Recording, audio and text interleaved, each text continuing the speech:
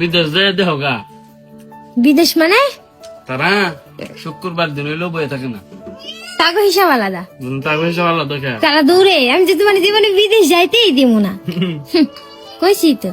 তারা কি কষ্ট করে হ্যাঁ মা মা বিদেশে গণবের কষ্ট করে তোমরা পারবা বাংলাদেশে থাকে। এটাই তো তারা কত কষ্ট করে, তাকে কষ্ট কয়ে ফেলে তুমি জানো। একটা কষ্ট হইলো এদের যদি ছেলে সন্তান থাকে কাছে নাই, মা বাবা কাছে মা নাই। বাবা কাছে নাই, একটা কষ্ট জি পরিশ্রম করে জি। একটা কষ্ট। আয়নাদের রাইতে তো সারাদিন দিয়ে পরিশ্রম করে আয়নাদের রাইন দেখান না গে রে ভাই, রাইন দেখান না গে।